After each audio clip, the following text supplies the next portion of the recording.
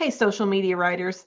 This is our second week 10 video. And in this video, we're going to talk a little bit about uh, why you would use multiple photos in a single Facebook post and some tips for designing them so that they look attractive when they come up in the feed. All right, so multi-photo posts can be extremely popular. As you'll see from some of the examples that I'm about to show you, they frequently draw multiple shares and comments for several reasons. Number one, you can use them to tell a story. So each photo can represent a different phase of the story with a beginning, a middle, and an end. Especially if that first photo is the thing that really catches their attention and it motivates them to click through the series. When you have many aspects of a message that you're trying to get across, having extra photos can help. And it also is a great way for you to include more people in your post. And as you know from our readings, the more pictures of people that you have, the more attracted people are to your content. But this is only true if the photos look good. If they get cropped in weird ways because of the ways that the images get lined up with each other, then you can actually end up looking sloppy and not attractive and professional. So let's talk about two different ways that you can create multi-photo posts and what some of the pros and cons of each option are. So I'm going to share my screen with you. Okay, so in this post, you can see that I've used the Denny Road Sandbox page to start designing a photo collage of my dogs. Uh, and what I want you to notice here is I'm working in the desktop view of Facebook here, and it arranges the images for me. It doesn't give me any control over how they get cropped. It depends entirely on what order I put them in. So in this particular version, I put the photo of Bear first, and it put him long and vertical. Then I put this picture of Wyatt as a puppy second, and it tucked him on the side. And then this picture of Bear and Zorro down in the bottom. Now, one of the things that you'll notice right away about the picture of Bear and Zorro is that part of one of Bear's ears gets cropped off, and part of one of Zorro's ears and part of his eye get cropped off. That's not really a great location for that photo. Now look what happens if I put the photos in a different order. Okay, so in this one, I put Zorro and Bear in first, then I put Wyatt as a puppy in second, and Bear in third. I still don't 100% love the cropping here, but at least in this version, I've got all of Zorro and Bear in on the top. A little bit of Wyatt's head gets cropped there, a little bit of Bear's head gets cropped there, but at least there's enough there that you can kind of see the images. So notice that all that changed between this version and this version is what order I put the photos in. So notice what I did is I went here and I clicked add photos and videos and literally just added the files one at a time. Now, watch one more thing. If I add photos from my phone instead of from my desktop computer, I actually get way more control over the layout. So here are 3 photos that I uploaded from my phone, and initially it puts them in this particular order. But notice here, I can actually come down here and there are layouts to choose from. And if I recall correctly, this is just a screenshot that I'm showing you here, but I think there was a little arrow where I could even come up with other layouts to play around with. And I want to say this little button also gave me some options. So anyway, all this to say, I can do all kinds of crazy things with this layout on my phone that I can't do on my desktop computer. And I'm going to warn you up front, this is always true with Facebook. It's really annoying, and I sometimes have a hard time remembering which version of the platform gives me options, because there are things I can do on the desktop that I can't do on my phone, and there are things that I can do on my phone that I can't do on the desktop. So this is a particular thing where if you want to use adding the photos to the post It makes a difference whether you're doing it on your phone or your desktop. And if you're doing it on your desktop, you need to really pay attention in what order do you put the photos in there. Now, I could avert some of the problems on these earlier posts by cropping them differently. So I could, for example, this one of Zorro, well, I don't know, this would be a hard one because even if I crop it to be square, it's going to be hard not to cut him out. But sometimes you can fix, sometimes it's because the photo is so big that Facebook is forced to push parts of it outside the box. And sometimes if you crop it so that it is square, you can control better what Facebook is going to show. All right, so there's that.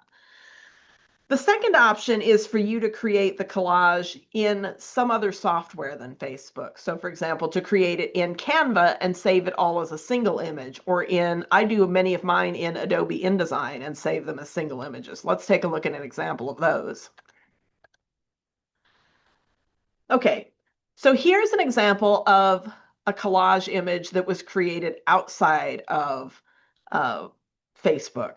So in this version, where I'm adding them one by one, I can click on each of these images and it will go to a screen of just that image. And I can write a caption for just that image. And by the way, that means that that image may also start circulating by itself without the rest of the post. So that can be good and bad. I mean, I think it's great to be able to write comments on the pictures. And I also think that it's great that some people might see one of the pictures who didn't see the whole thing, as long as you've got a way for them to get back to see the rest of the post so they can see the context. But sometimes you can get followers from a single image that you couldn't get from the multi-image post. But here they're trying to tell a story with all of these photos in one image, and you can't individually click on any of these and see them. And you notice that the story that they're trying to tell is in the text on top of the photos. So what they've done here is in a program like Canva or InDesign, they've drawn these little photo boxes. So they draw these photo boxes, they make them all roughly the same size, they put them next to each other, they insert each photo into those boxes. So 7 different photos. This box they made bigger very wisely because then they catch the kitty plates in the background. And then when all of the images are positioned, they save them and export it as a single JPEG. Notice from the reactions on here, it's got 23,000 reactions, 394 comments, and 1,500 shares. That's because there's a lot of people who like Harry Potter, and that's not a bad, that's really good in terms of the amount of visibility it gets if you can somehow tie something about your organization to something that's really popular like Harry Potter. Let's take a look at another one. So here's a more professional example of how you might use a photo collage, where again, I can't click any of these images, but you get the immediate visual appeal of seeing all 6 of these people. This attracts their friends and family, anybody, their coworkers, anybody who knows them in the community. That gets their interest right away. Notice that they're all neatly lined up, that all of the labels on them neatly line up. Notice the nice use of the UALR branding. There's a main color in the triangle with one of our university's tertiary colors next to it, so it adds a little bit of visual pop. Notice they put the colors in the white, which is the brightest thing, so it draws the eye immediately.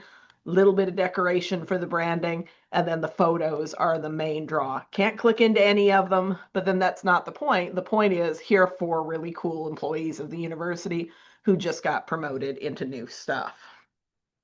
Okay, so there is a weird exception to this trend that is still technically a multi-image post, and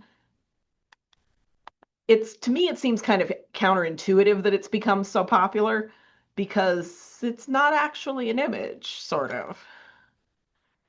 It's more like a multi-text post. So here's an example from a post about libraries. And notice there's no actual image. This is maybe a screenshot, or it could be a PowerPoint slide for all we know, cropped to be a square. That's one possibility. Notice it's got the name of the account, so we could figure out where this came from originally. But then after that, it's just a giant list of random facts about libraries. And it alternates background colors. So there's white and then there's black. I guess it's just all white and black. I was thinking this was gray, but this is grayed out because there's more images. But look again how crazy popular this thing is. 3,400 reactions, 85 comments, 1,200 shares. That's nuts for something that has no visible appeal.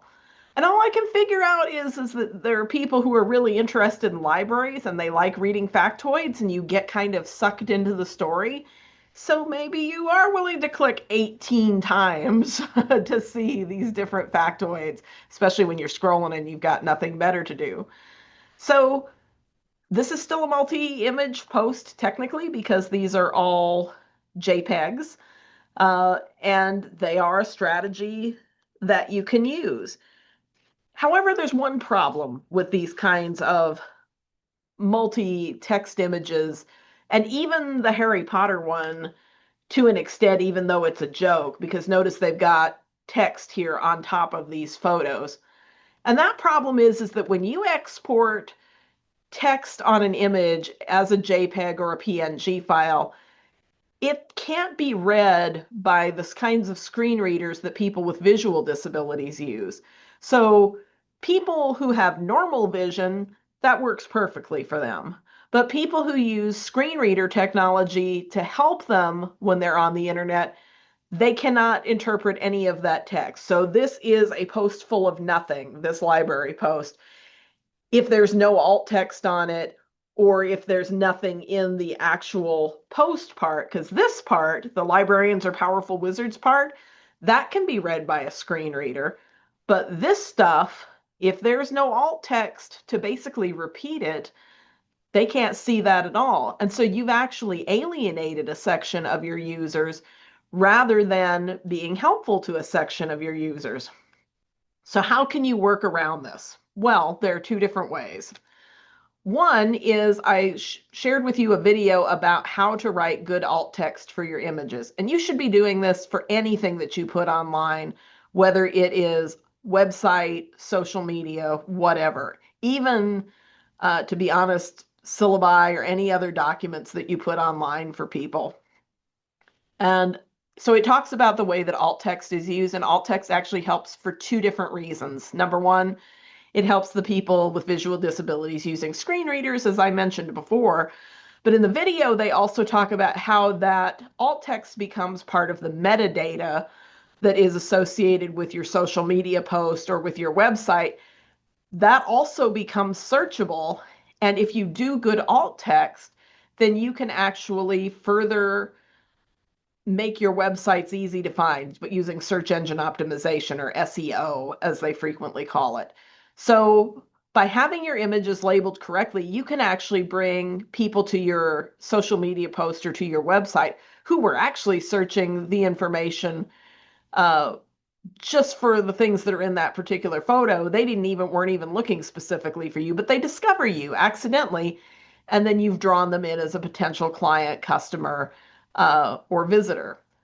So alt text is extremely important, and I recommend that you follow the instructions in that video and put it on all your images for social media. Another way that you can balance things out is by making sure that if you have text in the graphic, that you include that text in the post as well. And so here's an example that my colleague Elizabeth did for Wildwood, where it was getting ready to be homecoming weekend, and we wanted to show multiple images of the park to encourage people to come and take their homecoming photos at Wildwood, and also suggest that they donate to the park for using it as a backdrop. We wanted to use multiple photos because we wanted to show people that there are lots of different kinds of photos they can create at Wildwood. And then we needed some text to let people know, when are we open for homecoming photo sessions? How much should you donate to us? If you want to reserve something for your own use, who should you contact? But then notice that Elizabeth repeats all that information in the post text up here. So whether you're looking at it with a screen reader or whether you're reading it with your eyes here, either way, the information is accessible. And then if I were going to write alt text for these, I would maybe want to do some descriptions of these individual images, just so that they know, again, what the beautiful scenery is. Because the whole draw is come to do your photos at Wildwood because there's gorgeous scenery there. Okay, so I hope this is helpful to you in terms of thinking about strategies for using multiple images in your posts, and making them not only attractive, but also making them usable for the people who you want to attract as social media followers. As usual, if you have any questions, please email me at kmkuralt@ualr.edu, and I look forward to seeing your multi-image posts on the discussion board this week. Thanks so much. Good night.